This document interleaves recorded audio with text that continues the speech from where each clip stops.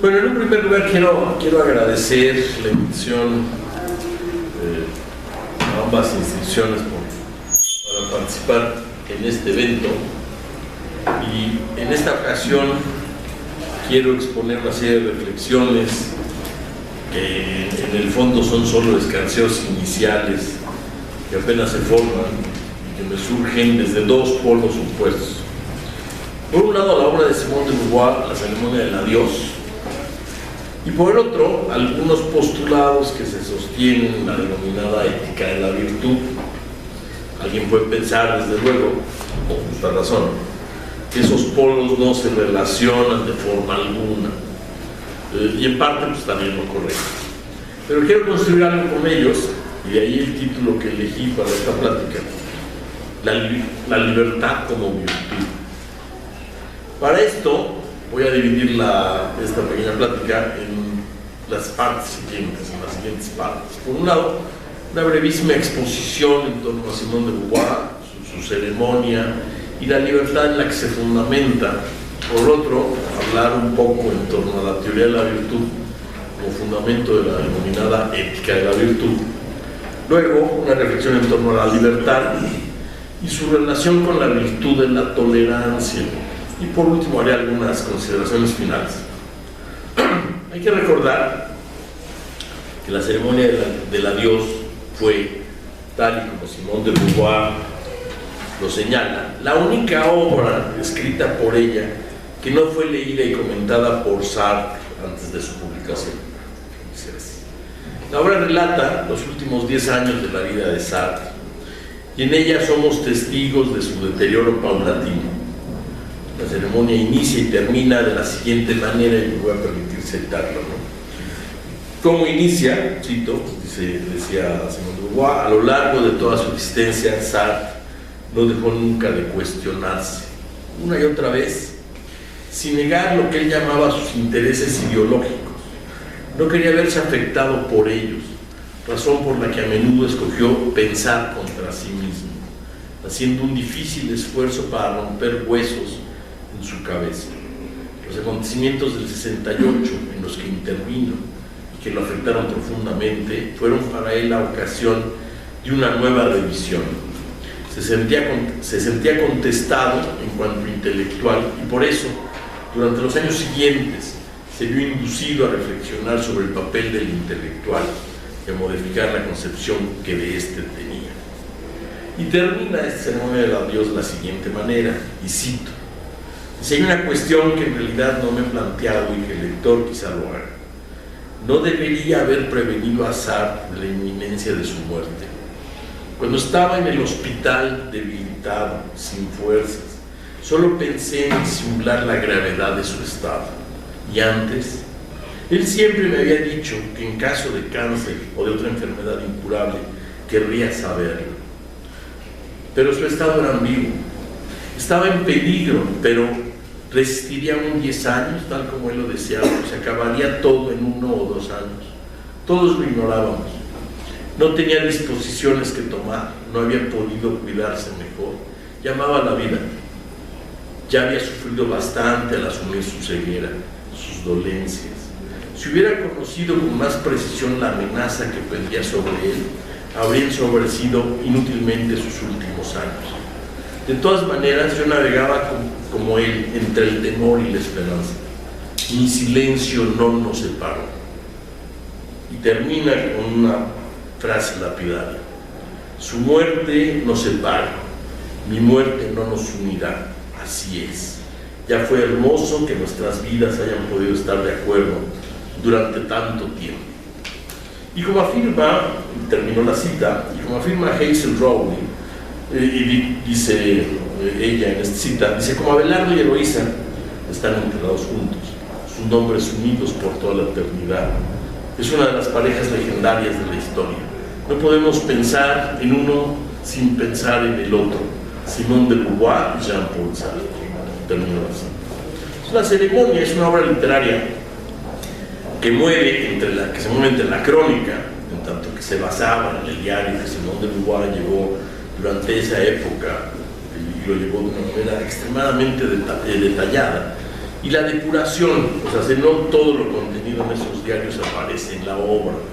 Ya sabe que de Beauvoir sufría con la relación más de lo que la narración de Javert, que tomaba pastillas para soportar ciertos dolores morales que Sartre era especialista en provocar. Pero al final de la obra es un claro ejemplo de una vida en la que se respetó la libertad del otro, un respeto en ambos sentidos. Por otro lado está la teoría de la virtud, fundamento de la denominada ética de la virtud.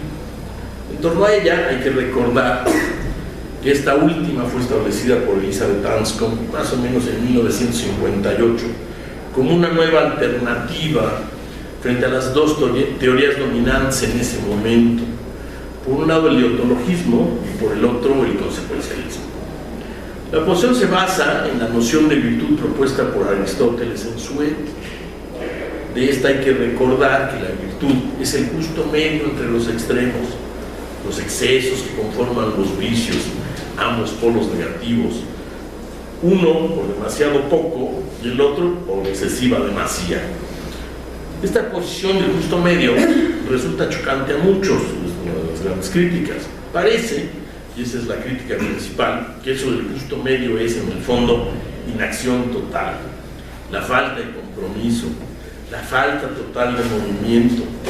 Pero hay que recordar que en la posición aristotélica el justo medio virtuoso no es el justo medio matemático, como se le llega a concebir en la actualidad. El justo medio aristotélico se parece más al punto del exacto equilibrio. Esto viene a significar que cada hombre, si quiere actuar de forma virtuosa, no actúa de la misma manera. Cada uno de nosotros tiene un punto diferente de equilibrio, un justo medio diferente. Y este actuar se aprende, que también es muy importante en la cuestión virtuosa, no se nace con él, se construye a lo largo de la vida. Es algo, y aquí muy interesante, que se practica y de la práctica surge el actuar correcto. En un primer momento, este actuar solo consiste en la imitación. Uno solo imita este actuar correcto o adecuado hasta que logra ponerlo en práctica y lo perfecciona. Aquí surge un problema. ¿Qué sucede si alguien solo está rodeado de comportamientos inadecuados? ¿Cómo ocurre en las sociedades actuales? Como tristemente ocurre en nuestra sociedad. ¿En dónde encontrar el modelo a seguir? Tal vez, por eso en nuestro país veamos lo que vemos, un desprecio total hacia el actuar correctamente. Creo que una manera de percibir esas acciones dignas de ser imitadas, no digo ver, porque eso es incorrecto, si en las obras como la ceremonia del adiós, en la literatura. Pero regresando a la virtud, esa práctica de la acción es como quien se entrena hasta lograr la excelencia o hasta acercarse hasta donde ella sea posible. A diferencia del pensar griego, en nuestra sociedad existen dos virtudes fundamentales a las que todas las sociedades tienden o intentan acercarse o dicen que lo intentan. Estas vienen a ser la justicia y la tolerancia. Y la que me interesa es la tolerancia, esto es, la tolerancia como fundamento de la libertad. De esto ya puedo esbozar una primera conclusión. La libertad no es una virtud, la libertad es el resultado de aplicar una virtud, la virtud de la tolerancia. Pero estoy sincero, en lo personal, la tolerancia siempre me ha resultado demasiado chocante, demasiado falsa. Sobre todo cuando conjugo el verbo, que de ella resulta. Decir yo tolero o yo te tolero. Y creo que esto es producto, como llegó a afirmar Bernard Williams, de que la tolerancia siempre está enfocada hacia el que domina. Por un ejemplo, Williams muy interesante, dice, en una sociedad mayoritariamente cristiana vive una minoría musulmana. Entonces la mayoría tolera a la minoría, pero no viceversa. O sea, los musulmanes no pueden tolerar a los cristianos, son tolerados. Y este fenómeno quedaría invertido cuando la mayoría fueran los musulmanes y la minoría los cristianos. Y en este caso puede aplicar, y este caso más bien se puede aplicar, a las etnias en nuestro país, minorías, a las mujeres, o siempre que aparezca un grupo dominante conviviendo con uno dominado. Pero como lo señala Williams, el concebir la tolerancia de esta manera es un error.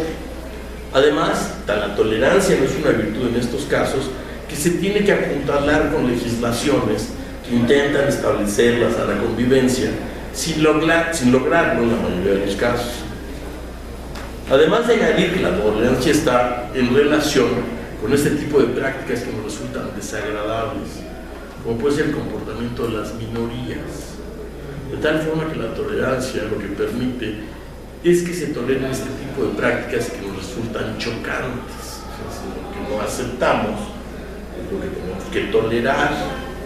Dice, por otro lado, también lo marca Williams por sus tendencias, por su posición, la que sostenía, parece que la tolerancia está más en concordancia con el denominado deontologismo, algo así como que debe ser llevada a cabo en la práctica porque es lo correcto, con el fin de lograr una convivencia adecuada.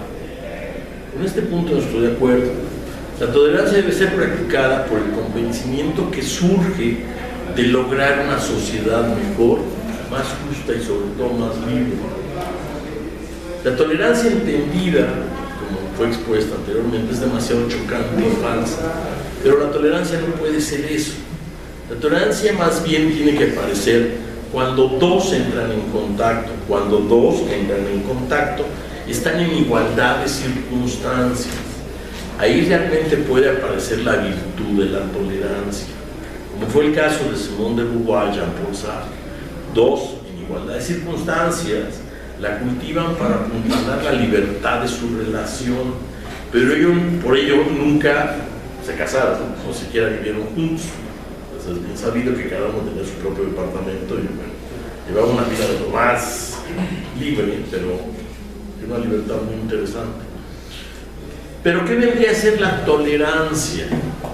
Para caracterizarla, quiero precisar algunas cosas. Primero, la tolerancia, a diferencia de muchas virtudes, es binomial. Esto es, para que surja, dos deben estar en igualdad de circunstancias y oportunidades. Dos deben estar de acuerdo en llevarla a la práctica. Segundo, la tolerancia no es entonces la acción de uno sobre el otro, es la acción simultánea de dos. Viene a ser una acción recíproca de aceptación de la situación del otro respecto de la propia, pero es una aceptación simultánea. Tercero, la condición que se relaciona de forma directa con la tolerancia es la libertad. El resultado de practicar la tolerancia como virtud es la libertad del otro. Esto es, que el otro se pueda desarrollar de la manera en que mejor le convenga. Si la tolerancia funcionara más en el plano de la aceptación recíproca que en el plano del tolerar conductas no deseadas, entonces pudiera construir algo con ella. Por ejemplo, lo que vemos en la ceremonia es la interacción recíproca de estos dos individuos, que no por ser libres son tolerantes, sino que por ser tolerantes alcanzan su libertad, una tolerancia fortalecida en su diario vivir. Además de que es una virtud más en el sentido aristotélico que en el sentido religioso. Si fuera una virtud en sentido religioso, entonces se reduciría a una pura perfección no aprendida, no fortalecida, sino que se nace con ella. Un poco sería en el sentido, si uno es profundamente religioso, eso no es rechazable, ni mucho menos. Como yo digo, si uno es profundamente religioso, uno no tiene problemas éticos. La religión ya resolvió la problemática ética, simplemente hay que aplicar la cuestión religiosa. Si uno se cuestiona eso, es que uno no tiene una religiosidad tan apuntalada, y más bien uno necesita construir una ética sin religión, que es problemático. Dice, no fortalecida, sino que se nace con ella, o no, que solo es actualizada. Pero lo que vemos en la narración de Beauvoir es el diario actuar de la virtud en dos personas imperfectas, en donde en ocasiones se logra el éxito y en ocasiones lo que se obtiene es un fracaso rotundo, como cuando Simone de Beauvoir entra en periodos depresivos, solo soportados con el excesivo uso de calmantes, producto del actuar específico de Sartre. viene a ser la condición de la ejecución diaria, y con esto el perfeccionamiento paulatino, hasta obtener el resultado deseado, el respeto a la libertad del otro, producto de la práctica diaria de la tolerancia. Más arriba había dicho que la literatura nos permitiría obtener, ver, las conductas y acciones virtuosas, las que nos permitirían actuar de esta manera, lo cual es correcto.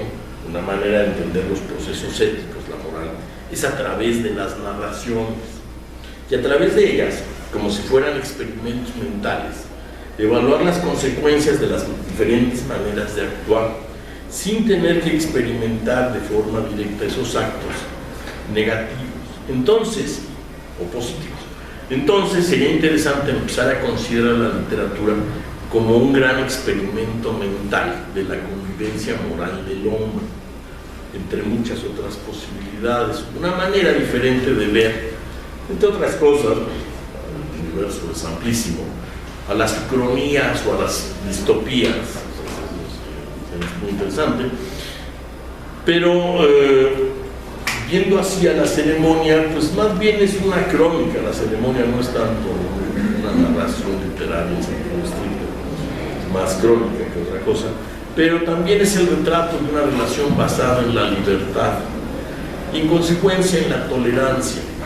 Un texto en el que se aprende la relación humana y el ejercicio de la virtud, pero no como creemos que es la virtud. Porque yo creo que cuando a alguien le dicen que es virtuoso, creo que en la actualidad nuestro problema es que alguien le dice que es virtuoso, lo toma como ofensa, lo toma así como demasiado santo. Y no, pues ser virtuoso es tratar de lograr algo, una sola cosa, como decía más cercano a Aristóteles, un virtuoso, pues es virtuoso en una cosa, no en todas. Si fueras virtuoso en todas, no serás virtuoso, serás muy aburrido. Sí, es el ejercicio de la virtud.